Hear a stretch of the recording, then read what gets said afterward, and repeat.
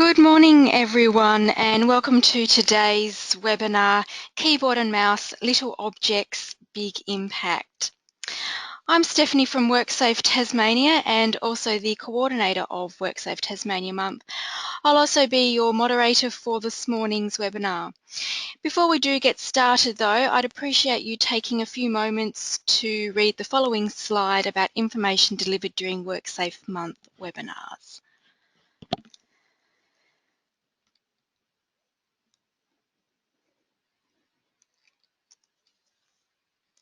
I'd now like to go over a few items so that you know how to participate in this morning's presentation. So we've taken a screenshot of an example of the attendee interface. You should see something that looks like this on your computer screen in the upper right corner. You're most likely listening in using your computer's speaker system by default. However, if you'd prefer to join over the phone, just select telephone in the audio pane and the dial-in information will be displayed. You'll also have the opportunity to submit text questions to today's presenters by typing in your questions into the questions pane of the control panel. You may send in your questions at any time during the presentation. We will collect and address these questions at the end of today's webinar, but do, as I said, send them in during the presentation if there are any questions that come to mind. We are also recording the webinars over WorkSafe Tasmania Month and will progressively make those webinars available at the end of WorkSafe Month on the 30th of October on the WorkSafe Tasmania website. And lastly, before you do leave today's webinar, you will receive a survey on the presentation and we would appreciate you completing that survey and providing your feedback about your webinar experience and also about this morning's webinar. So I would now like to hand you over to this morning's presenters from the Tasmanian Ergonomic Collaborative to present this morning's webinar, Keyboard and Mouse, Little Objects, Big Impact. Welcome.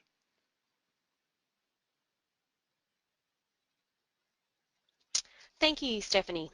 Hello and welcome to our presentation, Keyboard and Mouse, Little Objects, Big Impact. This is Daniela and I will be walking you through the main body of the presentation, assisted by Bernadette on the slides and Marie with some pause exercises. Both Liz and Marie will be answering any questions that you may have at the end.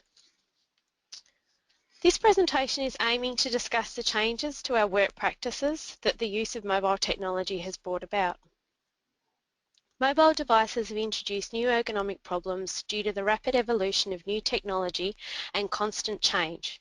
There is no one right answer to managing these. However, what we're attempting to do today is explain some of the common problems and issues and give you some guidelines for minimising the impact. Just before we continue, please note the following.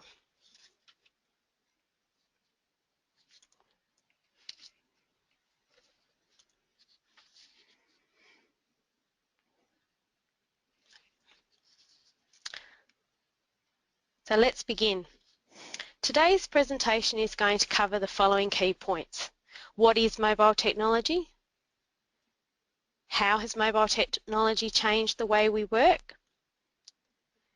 How is it affecting our musculoskeletal health and work performance? And minimising the impact recommendations for survival.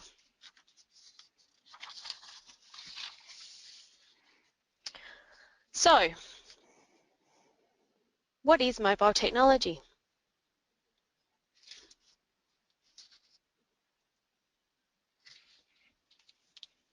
Have a look at that list.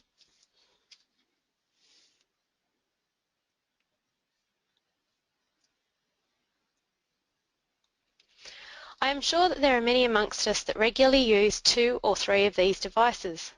Some of us probably have more than one of these in our handbags or work satchels. In June 2014, Gartner, who are the world's leading information technology research and advisory company, projected that in 2015, tablet sales will exceed PC and desktop sales for the first time. This will see tablet sales increase by 18 times in 5 short years. They further predicted that the sale of mobile phones will reach 1.95 billion worldwide this year. So mobile technology is influencing our lives at a rapid and ever-growing pace.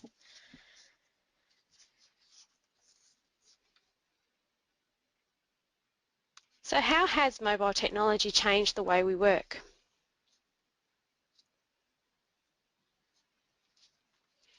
Mobile technology has reduced incidental physical activity.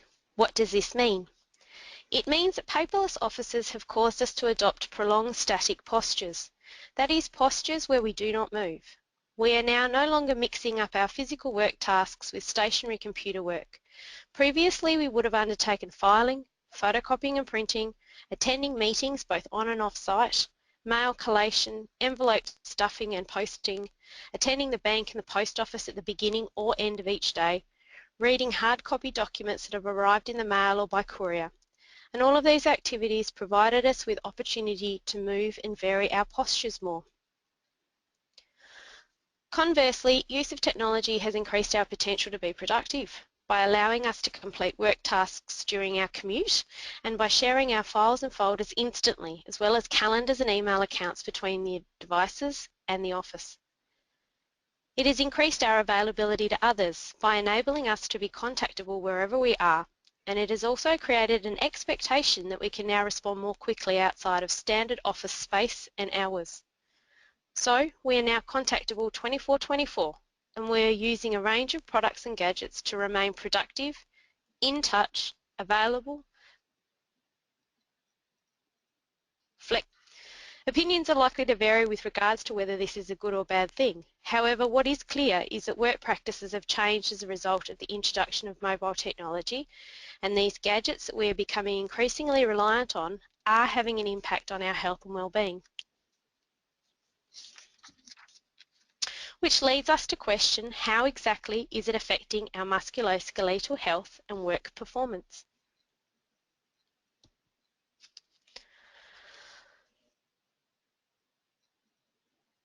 Musculoskeleton and musculoskeletal disorders, also known as MSDs, are injuries or pain in the body's joints, ligaments, muscles, nerves, tendons, and structures that support the limbs, neck and back.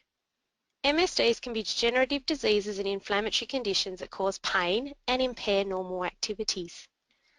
Symptoms can range from a feeling of fatigue or discomfort to tightness, heaviness, pulling, throbbing, burning, dragging, even pins and needles and numbness. When one body part fatigues, the other body parts become affected as the body will use nearby muscle groups and soft tissues to compensate for the discomfort or altered function. The old song, the wrist bone is connected to the arm bone and the arm bone is connected to the elbow bone, and so on, describes the way the body works in a biomechanical sense. We have a series of interconnected muscles, tendons and soft tissues. So what starts as wrist pain can soon become elbow, shoulder and even neck pain, or vice versa, as the body spreads the load and different muscles and soft tissues respond. This also explains why a person might have shoulder blade pain, but the cause can be the way they use their hands. Pain and discomfort reduces productivity and has other knock-on effects which we will describe now.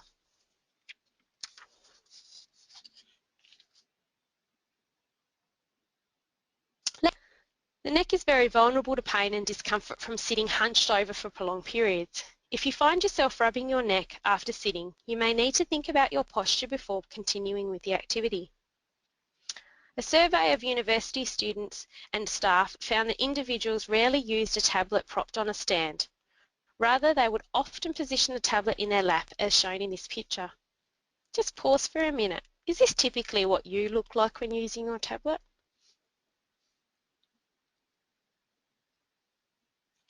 Or is this you when you're texting on a mobile phone? Consider this neck position. The position we adopt has an impact on the discomfort that we experience. The position on the left is one that many of us adopt every day, multiple times per day. Hunching over laptops, tablets and mobile phones is something that we see people doing every day. Hunching over not only impacts on back and neck discomfort, but typically the shoulders also round forward, which subsequently causes that niggle of pain that you may have felt between your shoulder blades. You may ask how reading off a device differs from reading a book. When reading a book, people generally move more. Think about yourself. What do you do? Do you alternate hands to hold the book? Do you move your whole arm to turn a page? Do you tilt your head between pages? Now think about using your Kindle, laptop or tablet. What sort of movements do you use when you need to swipe a finger or hit the enter key?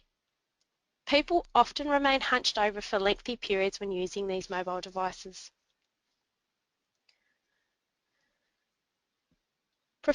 Professor Alan Hedge of Cornell University Ergonomics Program, in his work, reported that hunching over doubles the compressive forces in the lower back compared to leaning back 20 degrees against support, which relaxes and halves the compression forces. The mantra is, sit back and relax, do not sit forward and hunch. Micro damage of the soft tissue structures can occur if a poor spinal position is maintained for long periods of time, which can then lead to an inflammatory response and pain. Wrist, hand and finger pain is another common complaint. Repetitive movements and awkward postures can lead to overuse injuries in the hand and arm. The reliance on thumbs for texting has led to an upsurge of tendon-related conditions. For example, de Quervain's tenosynovitis or trigger thumb, which have also been termed BlackBerry thumb, text thumb or Nintendo thumb. Tendons are the structures that transfer the movement from the fingers to the muscles in the forearms, and rapid texting or using awkward thumb and finger positions may risk tendinitis, which is essentially inflammation of the tendon. Safe Work Australia in the Code of Practice for Hazardous Manual Tasks identify repetitive movement and awkward postures as risk factors for developing musculoskeletal disorders, and these include tendon injuries. In this situation, tendinitis is considered an overuse injury and presents with symptoms including pain, swelling, numbness and weakness. Subtle changes to the structures, including inflammation, may occur as a response to overuse before symptoms are felt. The earliest symptoms of joint pain in our hands may be triggered by activities that involve pinch grips. When we use the handheld communication devices, we grip them. Pain when opening jars, doorknobs, car doors, or turning keys are symptoms that may indicate the beginning of an injury. Effects can be worse in those more susceptible to inflammation and pain, which includes older adults or people with existing inflammatory conditions, for example, arthritis and fibromyalgia.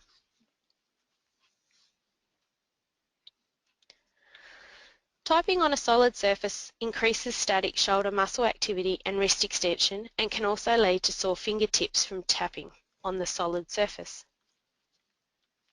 There is some trade-off to be considered when using laptops and tablets in an inclined configuration. Asundi and his team identified that improvements in head and neck postures can be made in mobile computing environments by increasing the angle of the support surface. However, there was a trade-off as increasing the incline of the device also increased wrist extension. They concluded that improvements and trade-offs for a 12-degree incline appeared to be acceptable, although this position was not intended to be sustained for long periods.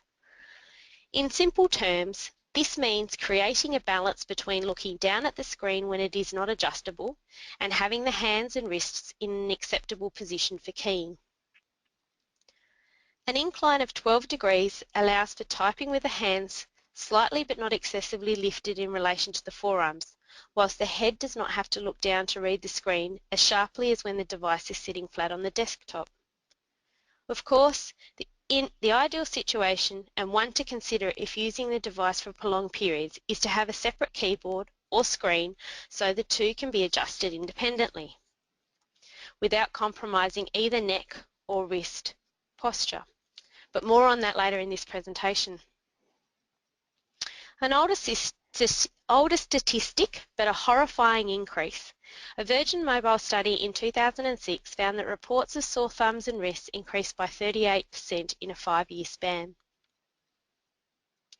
So on to visual health. Our posture becomes driven by details such as font size. Small size fonts equals small working distances. We automatically adjust our posture in order to be able to read what we see. So we are more likely to close the distance by peering and hunching to read smaller font. Did you need to move forward to read the smallest sentence on this screen? What did it say? The eyes typically lead the body.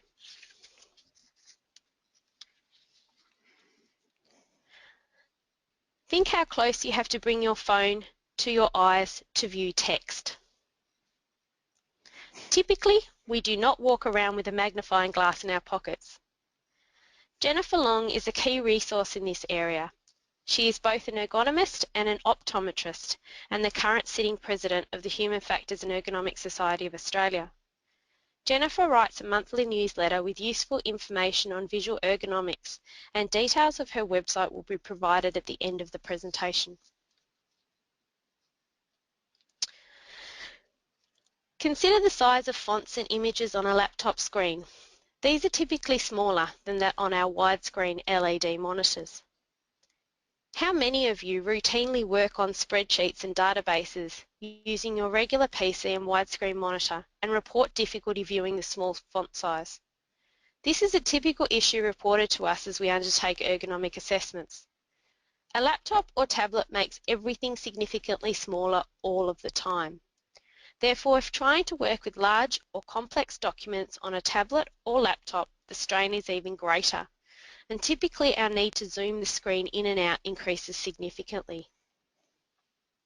Your hands want to be close to your body, but your eyes want to focus on something 2 feet in front of you.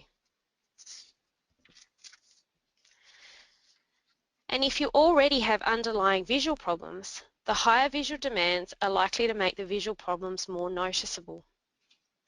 Do you suffer from any of these symptoms?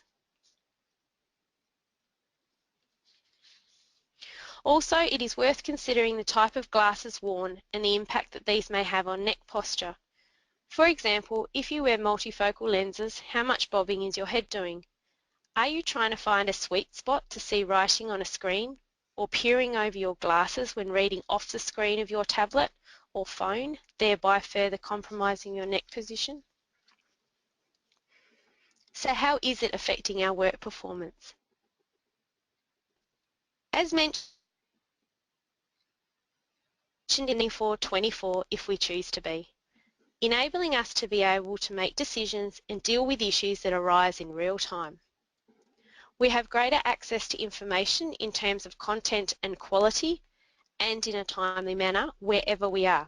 As an aside, and in reference to the photo on the right, no, I would not advocate using any electronic device that close to a water source or in full sun or for prolonged periods or without some back support.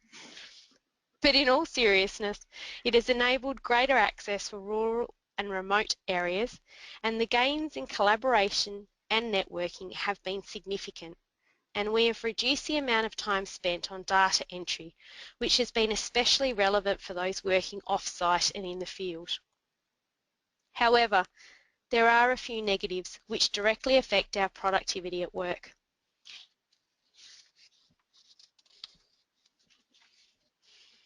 Typing is slower and is of no surprise because of the lack of tactile feedback from the keys, as well as the size of the virtual keys. Both contribute to increasing the probability of errors. When using a virtual keyboard, we do not receive feedback from our fingertips. There is no tactile response that tells us we have depressed the key sufficiently to know we have typed a single letter. All we have is a visual feedback on the screen that lets us know that we have been successful in typing one letter or even the correct letter. As for key size, how many of us struggle to type a message on mobile phones with those teeny tiny keys? Thank goodness for predictive text, right? Use of a virtual keyboard will result in slower keying performance, as visual feedback is required before continuing to type. Using a virtual keyboard is therefore unlikely to be productive if used for prolonged periods. Pain and discomfort. Pain is a significant factor. Think back to when you last experienced physical discomfort. Perhaps you are experiencing some now. What about having the cold or flu this winter? How productive were you and where was your focus? Distraction and multitasking. The notion of presenteeism, which means being fully focused and functioning on the job at hand, is now being applied to the increased mental effort from distraction and multitasking that is caused by the access to and use of mobile technology. For example, as messages or emails arrive, we can be driven to provide an immediate response. Or some of us may have a habit for checking social media regularly or actioning tasks as they come to mind. For example, I must pay the water bill, and because I can do this easily from my mobile, I do for fear of forgetting later. But at what expense to the task I was working on? Psychological consequences. Not only does the ability to work productively have financial consequences for our businesses, employers and colleagues, it also has psychological consequences and is associated with feelings of reduced job satisfaction and self-worth. Interestingly, one study I read proposes that we are reducing our capacity for critical thinking because of the availability of Mr. Google in our pocket. What impact is this likely to have on innovation and creativity and therefore our work performance?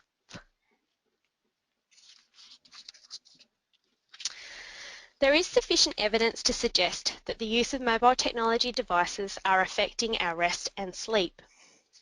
Dr. Mariana Figueroa, who is the Director of Light and Health Program at the Rensselaer Polytechnic Institute in New York, suggests that using an iPad at full brightness for 2 hours is enough to trigger melatonin suppression, which optimizes wakefulness. Her research did not find similar effects from watching TV or using a standard desktop computer, speculating that the reason for differences was that these devices are less bright and not situated as close to our seated position. For those of you unfamiliar with the hormone melatonin, it assists in regulating our sleeping and waking cycle and is influenced by the amount of light that we are exposed to. Dr. Sarah Loughran from the Australian Centre for Electromagnetic Bioeffects Research reported the following implications of pre-bedtime use of mobile technology. Delayed bedtimes, therefore less time available for sleep before having to get up the next day. Increased brain stimulation and excitement, making it more difficult to fall asleep. And nighttime sleep being disrupted by incoming alerts and messages, or even by individuals checking the phone when waking during the night. How big an issue is this really? Well, in 2013, the National Sleep Foundation in the US commissioned a survey to understand the effects that bedroom environments have on sleep. They found that more than 50% of respondents used a computer, laptop or tablet in the hour before bed. This was in addition to the use of smartphones before bed, during the night, when waking, and first thing in the morning. So now to recap. The use of smaller and smaller mobile devices has increased significantly in 5 years. Mobile devices have changed the way we work. We are more accessible and less physically active. Use of devices are impacting on our experience of pain and discomfort, and our performance on work tasks is directly and indirectly affected. So whilst mobile technology is an important part of our day-to-day lives, there are both benefits and costs in its ability to support our productivity and well-being. Is this what the future looks like? Names that have been applied include the smartphone tribe or even the head-down zombies. Or are we creating a new syndrome for the medical journals? Okay. What position is your neck in? Is your hand propping up your chin? Have you got your head in your hands? Are you peering at the screen? Is your head forward of your body? Where are your shoulders? Are they rounded and in front of your body? Are you hunching forward? Do you have any lumbar support, or are you perching on the front of your seat with no backrest in sight? So before we go any further, here is a good opportunity to learn some pause and postural break exercises. I'll hand over to Marie for these. So let's have a micro break right now. Firstly, can you stand up? Right, once you're standing, try rolling your shoulders, back and down, going in the opposite direction of the way that the work drives you forward. Roll your shoulders gently in little circles, up, back and down. Try using one shoulder and then the other shoulder and see if you get a greater range of movement in your upper back doing this. Try shrugging your shoulders up towards your ear, but focus on the letting go, letting them drop down, trying to let them feel relaxed. Squeeze your shoulder blades back and try to draw them gently together so they meet in the middle of your back. Squeeze back, hold for a few seconds and let go. Now for your arms. Try raising your arms up to shoulder height and out to the sides of your body and draw small circles with your fingertips, holding, circling, and let them drop. Now, leaving your arms outstretched again or bringing them back into your lap, make small circles with your wrists in a gentle, fluid range. Gently open and close your hands, not overstretching, but a gentle, smooth movement. Now take a slow and deep breath in, filling the lungs right to the base, and breathe out slowly, feeling that letting go as you do. Sit yourself back down, making sure that your shoulders and back are relaxed, hopefully supported by your chair, and your hands are in a comfortable position in your lap or on the desk in front of you.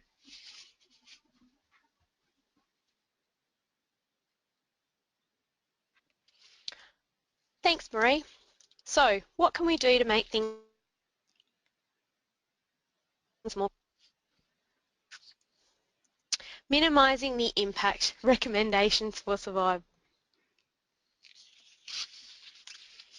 Findings from a longitudinal study undertaken with high school students who were provided with laptops and ergonomic training on optimal setup indicated that the use of an external keyboard and mouse resulted in reduced neck and shoulder pain and fewer headaches. This is where the use of an external keyboard and mouse can have a big impact on our effective use of mobile technology. The benefits of providing a separate keyboard and mouse is that it enables the user to vary the distance of their monitor, raise it to a more appropriate viewing height, and ensures that the keyboard and mouse are positioned flat on the tabletop close to the seated position. In a similar study conducted with university students and their use of laptop computers in 2011, 4 key areas of relevance were identified. Firstly, provision of a laptop riser had a positive effect on reducing discomfort as this elevated the monitor to a more comfortable viewing position. That is, being able to look at the monitor without having to bend the neck forward.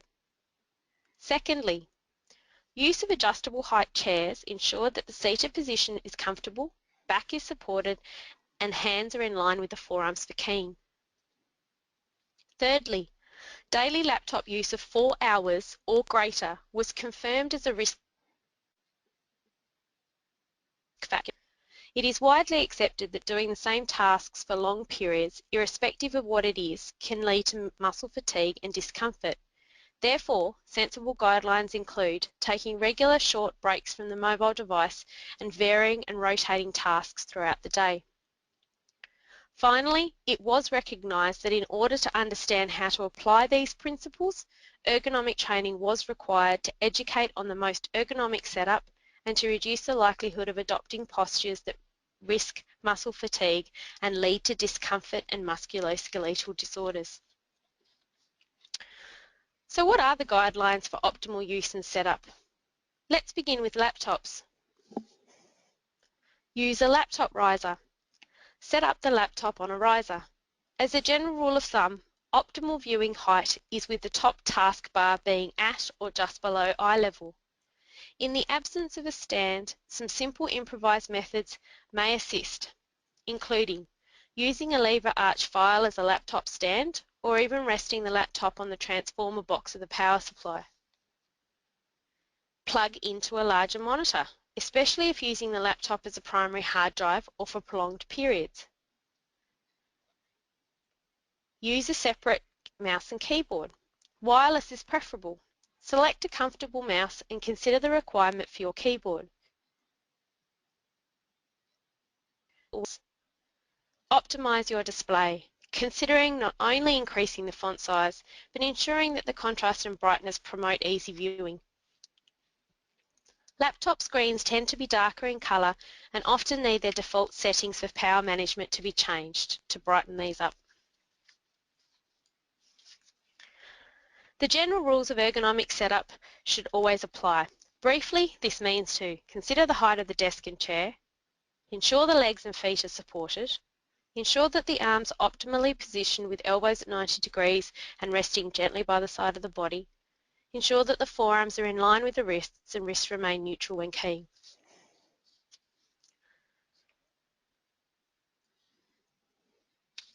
So now to using a tablet.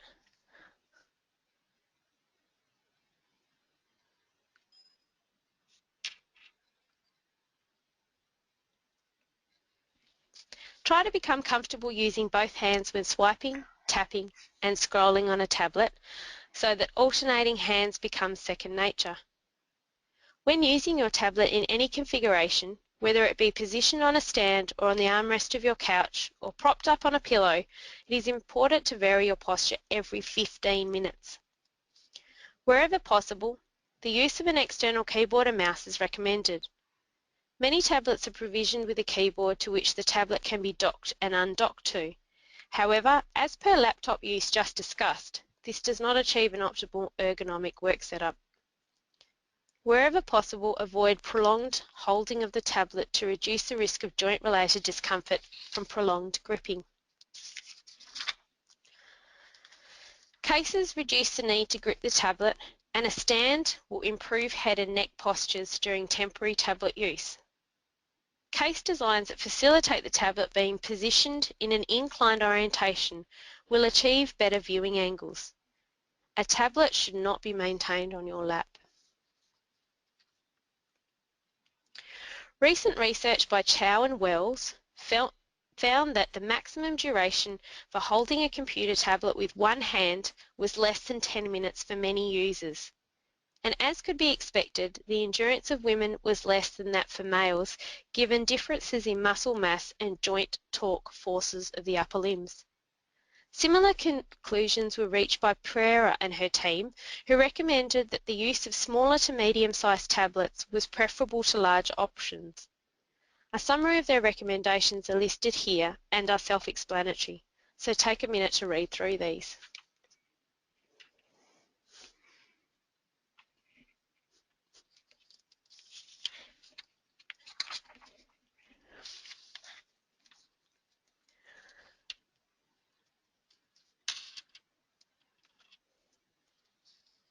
Now for mobile phones.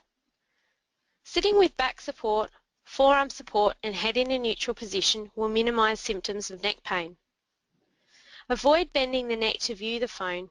Rather, raise it closer to eye level, gently bracketing the elbows against your body as per the picture on the screen. How many of us are still using those hands-free sets? There are ergonomic benefits for using hands-free and headsets which should be given consideration. Altering your texting style can help, such as using two hands to hold the phone, holding the phone with one hand and texting using the index and third finger on the other hand. Alternate hands. Limit the number and length of text sent and use predictive text or voice-to-text recognition applications. For visual relief and to minimise eye strain, the following is recommended. Make sure your display screen is clear. Position the screen at a comfortable distance and viewing height to avoid peering or hunching. Make the font bigger. Tilt the screen to improve the viewing angle. Put your glasses on. Don't wait until your eyes are sore or you have a headache before you take action. And ensure your prescription for glasses and contact lenses is up to date. Minimise glare in your working environment and equally ensure that there is sufficient lighting for computer-based tasks. Visual breaks involve changing your focus on something in the distance, such as out of the window or going for a walk. Visual exercises provide useful and simple to understand exercises to minimise eye strain, and a couple of these will be listed at the end of the presentation. Finally, let's get physical. The mantra is, vary the task, vary the posture. Take regular postural breaks. This is more important when using mobile technology devices than when sitting at your ergonomically set up workstation. Incorporate gentle exercises that involve trunk rotation, head rotation, relaxation of the arms and hands, and also breathing elements.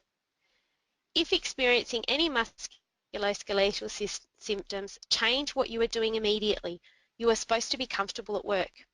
Remember, management of tendinitis and inflammatory conditions include changing the way the action is performed to reduce the loading on the affected muscles. Use reminder tools to take breaks throughout the day. This helps to break up tasks, gets you moving, and lessens body fatigue. Time for another recap. It is important if the frequency of use is high, then you should consider the use of external equipment such as a mouse and a keyboard, as well as stands. It is important to move regularly and take regular physical and visual breaks. So once again, let's review those postural break exercises.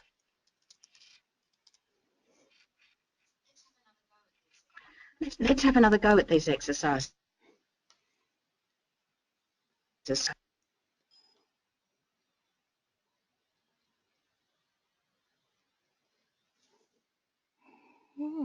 Backwards and drawing them down. Bring your shoulders forward, raise them up and drop them back down, feeling relaxed. Shrug your shoulders, bringing them up to your ears and focus on the letting go, letting them drop back and down. Try that again, bringing them up, holding, dropping back and down. And try to draw them gently together so that they meet in the middle of your back. Feel that squeezing in the middle of your back, and you should feel an opening or a gentle stretching across the front of your chest wall. Now raise your arms to shoulder height and out to the side of your body, drawing small circles with your fingertips. You can leave your arms outstretched or drop them by your sides, but make some small circles with your wrist. Gentle, rhythmical movement, not straining. Gently open and close your hands, moving your fingers out and back in a gentle, repetitive, smooth action. Now take a slow and deep breath in, filling your lungs right to the base, and let the air out gently and slowly, focusing on letting go. Now sit back down. Hope that you have some back support. Right to the back of your chair rather than perching, making sure that your shoulders and back are relaxed and your hands are in a comfortable position in your lap or on the desk in front of you. Thanks again, Marie. Now for the last bits. I'm sure that these photos speak for themselves, so I'll let you have a giggle.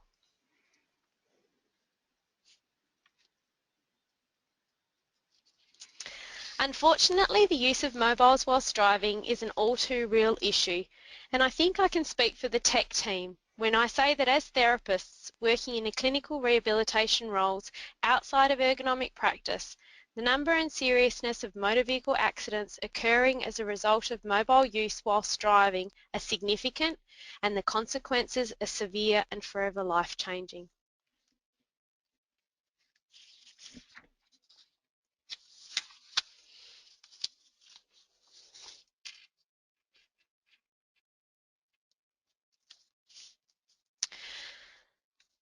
Now, a discussion on mobile technology would be incomplete without touching on portability. Typically, we are all familiar with laptop bags and briefcases. However, it is important to consider the weight and size of items being carried. That is, the weight of the device, its power cord, the separate keyboard and mouse or stand, and it is not unusual for people to report shoulder, neck and back discomfort impacted upon by the carrying of heavy briefcases or even TARDIS-sized handbags. If you consider consistently using your mobile devices in a couple of locations, it may be effective to purchase a second power cord, keyboard and mouse so that you are not required to transport these between locations. A moving and handling requirement when transporting equipment over longer distances. Care is still required with all incidental lifting and carrying in and out of the car or up the office steps. Alternatively, the use of a supportive backpack is an option. These need to be provided with wide padded shoulder straps and a waist belt to distribute the load. The key for effective use of a backpack is correct fit and correct use. These are not of any benefit when slung over a single shoulder. Rather, weight needs to be evenly distributed. So to wrap up this presentation, use of mobile technology.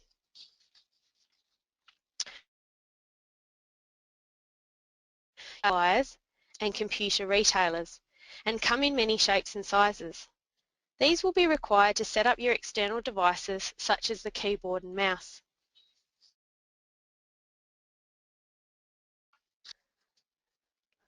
Laptop risers and tablet stands position devices more optimally. This Logic laptop station is complete with USB connected integrated keypad and cooling fan. There are a multitude of tablet stands available on the market, those designed specifically for the brand of tablet and those able to be utilised in alternative configurations as per the stump pictured here. New technology is making being mobile much easier. Developments in wireless technology are happening at a rapid pace.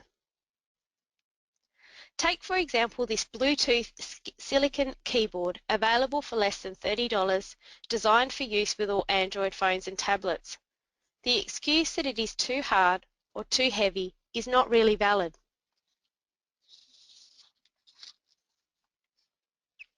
Set up a wireless mouse for portability. These are just two examples of the many options available.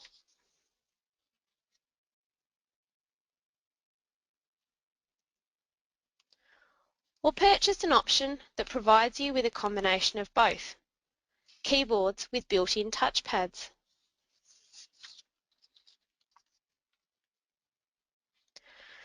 Other options to support tablet use when out of the office include hand straps to avoid prolonged gripping, tabletop and car mounting options as shown on the screen.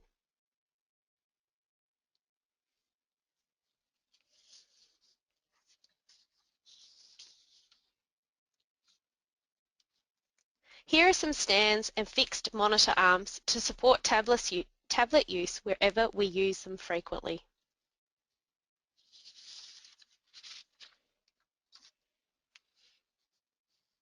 And finally, IKEA stands are a cheap and cheerful solution for those wanting an excuse for a shopping holiday.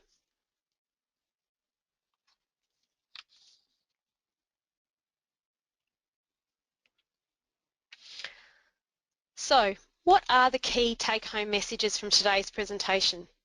We are not asking you to stop work, rather rethink the way you are doing things. So, strike a balance. Think about how long you are using your devices for. How are you using them and for what purposes? Be aware of your posture. Consider your setup. Vary your tasks and postures, move more. Use external devices. Remember, a keyboard and mouse can make a big difference to your posture and comfort. If all you take away from today's presentation is the ability to remember the impact that these little items alone have, you will be on a better path to optimizing your posture and continuing to use mobile technology in the years to come. Setting yourself up correctly will become routine if you make a conscious effort to seek training and advice from qualified professionals.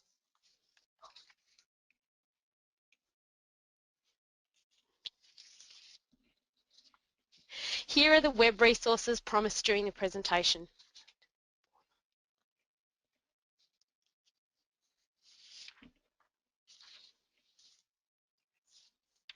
So now I'll hand over to Marie and Liz to answer some questions.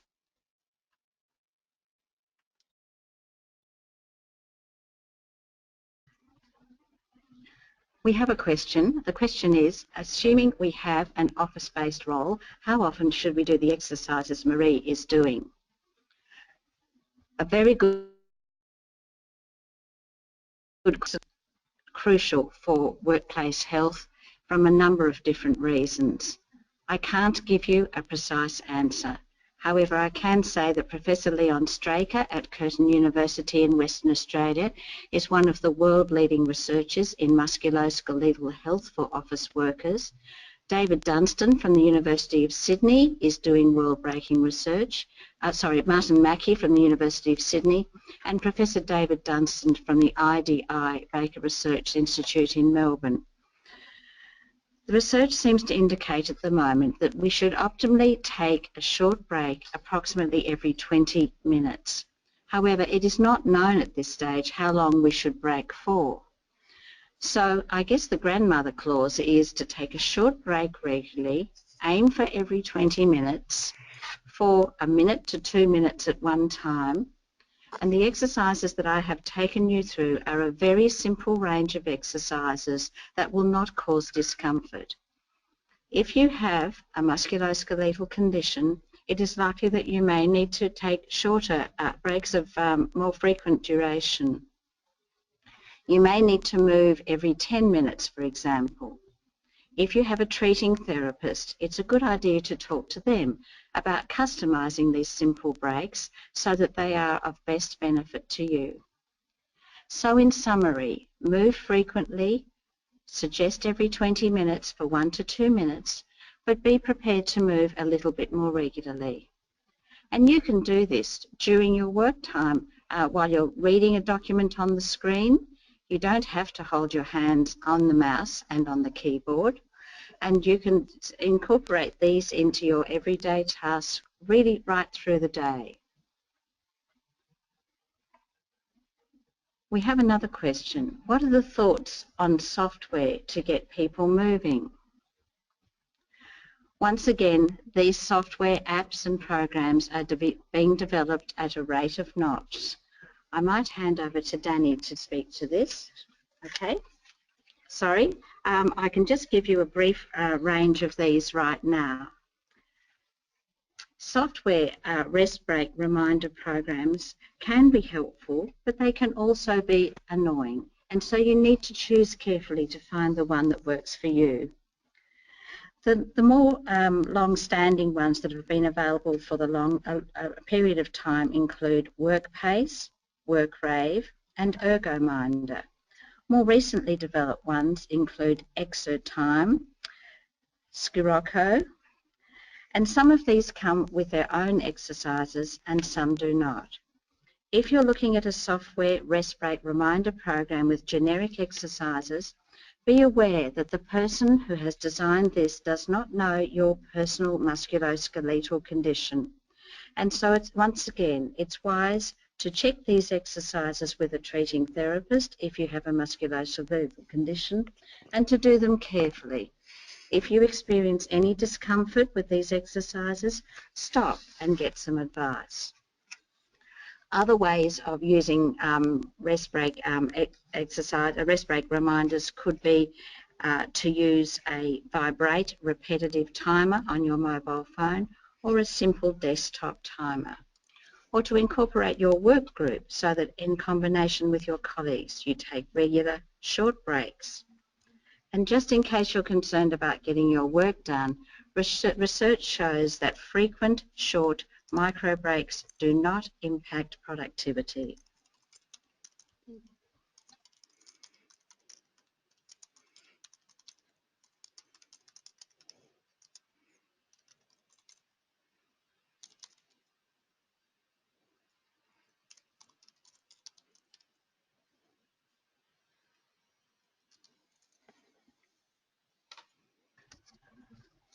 We have another question.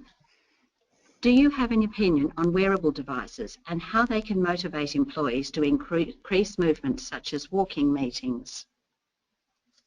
It was interesting last week at the National Physiotherapy Conference that an exercise and fitness expert said the best form of exercise is the one that you will do.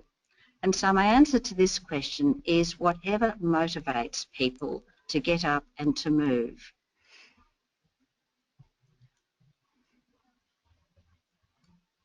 All right, thank you, Marie, for that. We still have some time if anyone does want to submit some questions for this morning's webinar. While we're allowing for that to happen, I'll just run through some further information about WorkSafe Tasmania month. As I said at the start, we are recording today's presentation and other webinars that we are running during WorkSafe month, and we'll make them progressively available on the WorkSafe site at the end of WorkSafe Tasmania month, which ends on the 30th of October. So do have a look on the WorkSafe Tasmania website, or if you have a copy of the WorkSafe month program, please do have a look at what else we're offering in terms of webinars, venue sessions as well. We do have a live feed session on tomorrow at the University of Tasmania, so do have a look in the program, and if you haven't registered to attend that, then please do. And in the meantime, another question has come through. So the question is, I think it says, what are your opinion on standing workstation or desks? To answer that question will take quite a bit of time and will probably depend on the individual situation. It's very fashionable at the moment for people to request an ergonomic assessment in order to be able to get a standing workstation or standing desk. And this is something at the tech team that we are asked all the time. However, it is not as simple as just standing. In fact, research shows that standing for prolonged periods can be just as problematic as sitting for long periods. To take an ergonomic perspective over whether people need to stand or to sit, you really need to factor in the whole design of the work and the workplace and the person doing the tasks. For many people, it is still possible to incorporate standing and moving through their day without the need for a standing workstation. For example, it's possible to have standing staff meetings, walking meetings, and for all those incidental chats with colleagues, to find an area in the office where you may be able to stand. Many offices have a workbench of about 920 millimetres height, and while this won't be high enough to stand and read at, if you consider putting a small archive box or perhaps some phone books on that surface, you can create a temporary standing surface for non-computer work, and you may find that you can get yourself standing 5 to 10 minutes, an hour even through the day. For people who are absolutely doing 100% of their work at their computer and cannot get up and move, perhaps they're in a timed work area like a smart centre, or perhaps they're on a helpline, then considering spending part of the day standing at their desk can be helpful. No one workstation suits all users, and the cheapest is not necessarily the best. If you believe that you need to have a standing station, I think it's best to request an ergonomic assessment so that all options can be discussed and you don't go quickly to the default of just buying needed. All right, thank you for that, Marie. No further questions have come through, so at that point, I will thank the Tasmanian Ergonomic Collaborative for, actually, hold on, I'll take that back. I'll read this question out. If I use two screens, should I have a main one straight in front of me?